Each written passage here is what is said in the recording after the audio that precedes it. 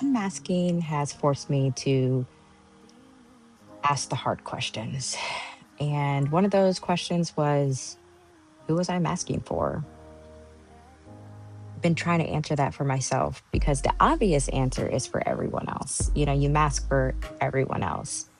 But why? Like, why was I doing that? The short and sweet answer, I masked because I was just trying to survive in a world that is not built for really navigating me. I first learned how to mask when I was, oof, well, it starts from childhood.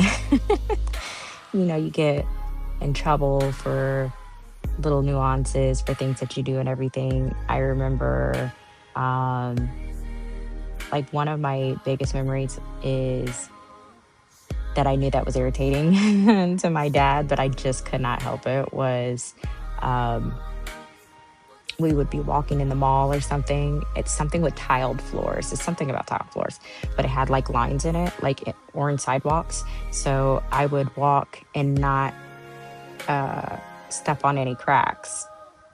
I know, super childish. Sometimes I still do that to this day. I can't help it. But yeah, I learned really early. I learned in childhood. Um, he would get so irritated sometimes and he'd be like, Bean, just, yeah, that's my nickname, Bean. Just be like, Bean, stop, just, come on, let's go, you know? And, um, and it's like little stuff like that that just makes you change your behavior to try to accommodate for other people. And I just, I didn't even realize how much like I was doing it until I stopped trying to people please. Um, Once I stopped caring, I don't want to say stop caring, but just once I stopped putting so much emphasis on what others thought of me, I then I realized like how much I was doing it, how much I was masking to fit other people's perspective of me, or view of me. And it just makes sense now to be praised as the kid that was really good, easy, helpful, joyous, you know. Um, but it makes me take a step back to also recognize that in my own kids. I don't ever want to force them to feel obligated to behave a certain way that is because I just view it that way. Um, I want them to be themselves. I let them be themselves, even if it's crazy, even if it's crazy, because I have neurodivergent children. And I don't want to say it's crazy, but just it's just not the typical. But but it can be. I guess it can be annoying to people. It can be disruptive sometimes. I do try to explain like there's a time and a place for certain behaviors. Like if you need to stem, that's one thing, but to actively like interrupt because you just want to, like, yeah, no, nah, no, we can't do that. But like there, it's a learning curve. It's just a learning curve. I've been asking myself who benefited from my masking, and it's the people that found me compliant. It's the jobs that loved how much I overworked, because you don't just do 25, 50, 75%. I give 100. um, I don't know how to not give 100 in a lot of situations, which is why it's really hard for me to either start something or um, or two, um, just do it at all. Like I will tend not to even attempt to do something if I don't feel like I can be perfect at it. Um, it is very difficult for me to do certain things. And um, like, I'm an artist. I love drawing. I think it's so therapeutic. um, but the way that my mind works, the way that I think, um, I I'm a creative person. I am really creative. Like, I can imagine all kinds of different things. That's all I do. That's all I do. I imagine things all day long. But I can't take it from my mind, from up here, and put it down on paper. I have to visually see it. I have to reference something to have some type of guiding point as to how good it is. And that's how I gauge if I'm doing well or not. And I tie that into masking because I performed based on my interactions with people. Were people happy with what I was saying? Were they smiling? Were the vibe good? Everything like that. Or was it somber? Was it, all of that? So it's just like, I need a reference point. I need some type of guidance, reassurance. I do typically ask for a lot of reassurance. Not so much for my family members anymore, but I have found that, like, in relationships and new friendships and stuff like that, I try not to, because I know it can be overwhelming and annoying to constantly have to reassure someone. But it is, in a way, it's me just trying to regulate whether, know whether I'm doing good or not. Because that's just how that's how I've always functioned. That's how I always, like, knew if things were good or not. Unmasking now is just, it's uncomfortable. It is disappointing for people, because I did paint this picture for so long that I was just like this certain type of person, and this hardworking, strong mom, just on top of everything, do for others, everything. And in reality, I was just crumbling in the inside. And we don't talk about that enough, of how much it costs us to mask. It costs us everything. It costs us our energy. It costs us our sleep. It costs us our emotions. It messes with our sensories, like sensory factors. Like, it costs you everything. And then it leaves you feeling so drained. And then you just feel hopeless. Like, there's no coming back from it. And that is one of the hardest parts of unmasking, is you do get emotionally dysregulated a lot, because you're trying to navigate being your authentic self and the emotions that come with it when you get feedback, and or just in general, like, just releasing that trauma of, man, I didn't get to do this before, but now I can, and trying to stop yourself from masking. Like, it is, because it's such a thing that's ingrained to you, to wake up every day, put that mask on, and just do. Because you got to do what you got to do, right? But when you get to that point where you're no longer wanting to do that first thing in the morning, that can be really hard, not only for yourself, but for the people that are around you. I would say the best thing you can do is, which I know is really hard because I struggle with it, is communicating. Just being flat out honest about where you're at emotionally, like where you're at waking up first thing in the morning. And sometimes it's going to change. Like, some days I wake up sad, and then 10 minutes later, it's a great day. Or I wake up really happy, or, on the right side of the bed, and then I'm not having such a great day after 10 minutes. So you just gotta, but you gotta be honest. You have to be honest. Be honest with yourself. Like, that's, woo. If you're honest with anybody, if you're gonna be honest with yourself. Even if you can't be honest with everybody else, be honest with yourself. If that's where you should start. Ask yourself, where am I at today? Am I sitting in a good space? Am I sitting in a bad space? Am I sitting where I can't mask at all today? Should I mask? You shouldn't. Just be yourself. Um, but if you're still learning how to unmask and that's what gets you through your day, I understand. I understand that too, because I'm doing it. I'm right here with you. I unintentionally put on the mask every day. It's such a habit. It is such a bad habit. Um, but I'm learning. I'm learning. You're going to learn. You're going to be okay. I'm going to be okay.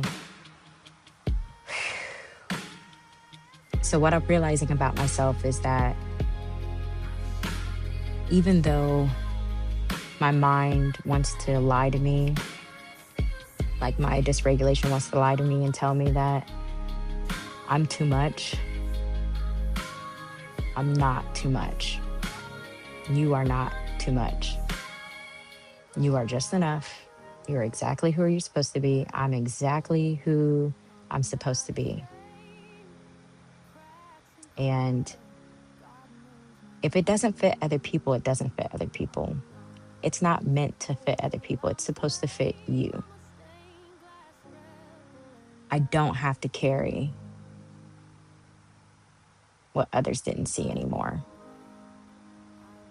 I don't have to carry the weight of guilt and shame and how hard it is to keep going when you don't want to keep going. I could put that to the side now. I can just be myself. And it's still hard. And like it's still hard. It's uncomfortable sometimes. Like, I find myself, apologizing a lot. I do apologize a lot. Um, because I just automatically feel like um, I feel the need to. I don't know. It is a trauma thing where I feel the need to apologize for my behavior, but I shouldn't apologize. You should not apologize for you being you. If you have to stem. If you are feeling your feelings, feel your feelings. Like, you shouldn't be apologetic for that. You should just be yourself. I'm still trying to grasp there that I don't need to apologize for every action or thing or I say and do. Like, what is there to be sorry about? Be yourself. Like, I stem a lot. Like, I do stem a lot. I vocally stem a lot. I like pick a lot. I twirl my hair a lot. I'll twirl around. Like, it just depends. It just depends. I also have a really boisterous laugh, and I really like it a lot. So I like to laugh. And I think that's the biggest thing too, is in all the craziness, like, one thing that has helped me is laughing at myself. Sometimes I'll laugh at my goofiness. I will laugh at me being silly and stuff like that. It makes me happy to be silly. So I try to hold on to that, I never tried to be fake. I've always tried to be super genuine. But I did master survive. And I know other people out there doing the same thing. And that is okay, but it's not sustainable. You can't do it forever. So, let's just learn to unmask together. I am taking it one day at a time, one moment at a time, one interaction at a time, or non interactions, because, sometimes I prefer to be alone all day. Impossible having 6 kids, but you know what I'm saying. And family. I'm just saying. I don't think my phone stays dry. Somebody needs the small. That's okay. What I realized about myself was masking. I was doing it for so long because I felt like it kept me safe until it didn't. And then it was no longer good for me. It did its job until it didn't do its job. It doesn't make you safe. Masking does not make you safe. It just makes you compliant. So, what I've been learning about myself and what I'm choosing is boundaries over approval. If people don't like seeing me unmasked, then see less of me. If they don't like me taking the rest I need because I'm not performing enough, got to put up that boundary. And what I'm choosing is honesty over likability. A lot of people will probably not like me. And I am sorry because, like, I do value my relationships, and it's being autistic and having ADHD, it is extremely difficult for me to manage my relationships. Um, I love my people so much. I love my people so much. I have a really hard time, like, picking up a phone. Even though I'm recording right now, that's different. I swear. It is so different. I will go into that later. But picking up a phone is difficult because it's mentally draining to hold a conversation. Because in my heart, in my mind, I'm thinking, literally, this is my mindset. I love you. I care about you. I don't really have anything to talk about. I don't really have anything to talk about. And I feel like I waste people's time being inauthentic by calling to just talk about what? I'm not talking about anything. And then I don't want to be perceived as selfish by not talking, by talking about myself. But that's like my automatic response is to, when I call somebody is to fill in the blanks, like fill in the space. And so it's like, that's part of my masking. It's part of my masking. It's me just trying to be normal. And I'm trying to get away from that. So half of the time now, like, I prefer to text. I prefer to just say what I want to say, quick, short, and please just take it as it is. Like, I'm telling you, I'm checking on you and I'm thinking on you because that's literally what I'm doing. I think about you a lot, but my capacity to want to reach out is very small. Like, I cannot spend the energy all the time reaching out to a lot of people. And I got a lot of family. I got a big family, so trying to do that is a little difficult. But that's hard for people to understand. It's so hard, and it's so hard to explain. One of the hardest things I've had to do being late diagnosed autistic is explaining these things, because I didn't have language for it before. I couldn't tell them why I was feeling a certain way or why I was behaving in certain ways. I just instinctually did it. I mean, because it's me.